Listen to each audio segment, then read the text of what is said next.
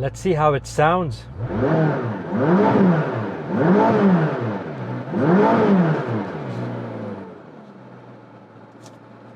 Hello there, welcome to another exciting show of the supercars.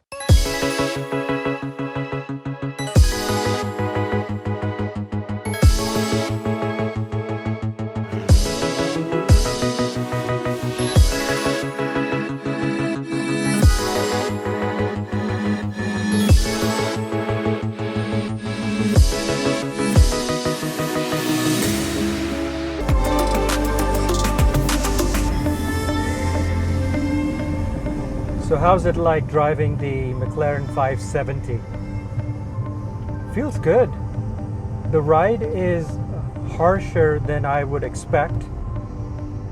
I always compare cars with Ferrari 458 Italia because I think that car is so tastefully done and has everything going right for that car that a comparison with that car is always necessary. And so the ride is harsh, and this is in the easy mode. If I look at it, so this is not even in the track mode when it would be really harsher.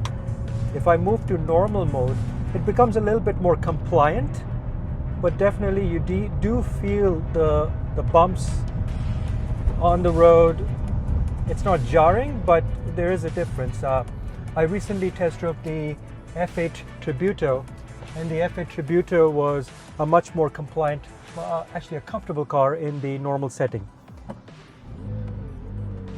Now, you may have noticed that when I stopped the car at the stop sign,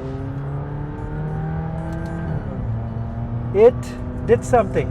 It turned off. There's an auto turn on and off function, which I can't believe still exists in the sports cars of today's world. Come on, there's a way you can turn it off, but why put it in there? It's just absolutely ridiculous. One thing I've noticed about the drive of the car is that the brakes are not as responsive. I would like them to be a little bit more responsive. When I step on the brake, when I press the brake, it doesn't register. You really have to shove your foot down there for the brake to kick in. So that's something different. Obviously, you don't want the brakes to be super sensitive, but you also don't want them to be insensitive. I guess that's the right word. Somewhere in the middle. So that's something which needs some getting used to. And mind you, these are like small nitpicky things which I'm coming up with in a almost perfect car. Visibility in this car is very nice. You can see, or maybe not, but there's a roof which is all made of glass, so that gives that open feeling.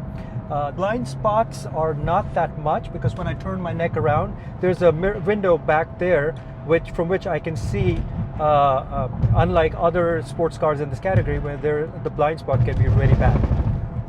I just got off on the side of the road where there's this divider, and usually you won't feel that much in the Ferrari 458 Italia or the Tributo, but in this you really felt the jarring motion because the suspension and rightly so is set up in the track setting in a very because this car needs to be driven aggressively.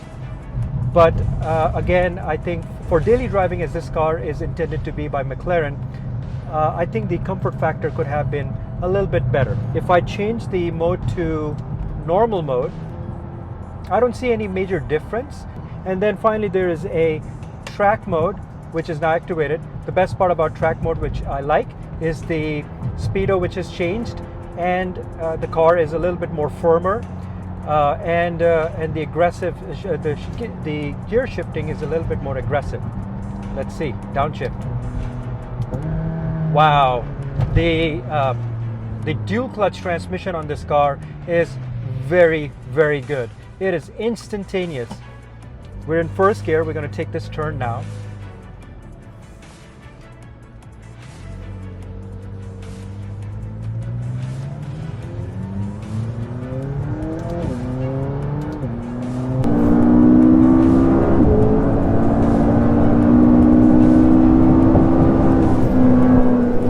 Instantaneous shifting, and let's see how the downshifts work. Very quick. This is a very, very enjoyable car It shifts well, it moves well, it's very responsive.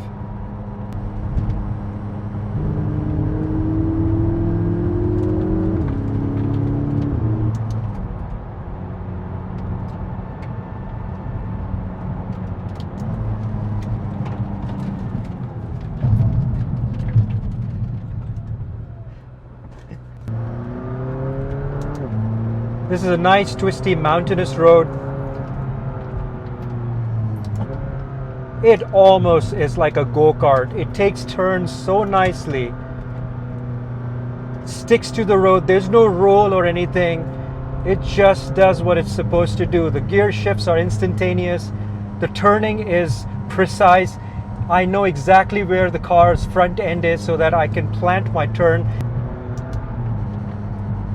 Sharp turn coming up. Downshift. Wow, wow. No roll, no pitch, just amazing turn. And those downshifts. This car is amazing. I could do this every day.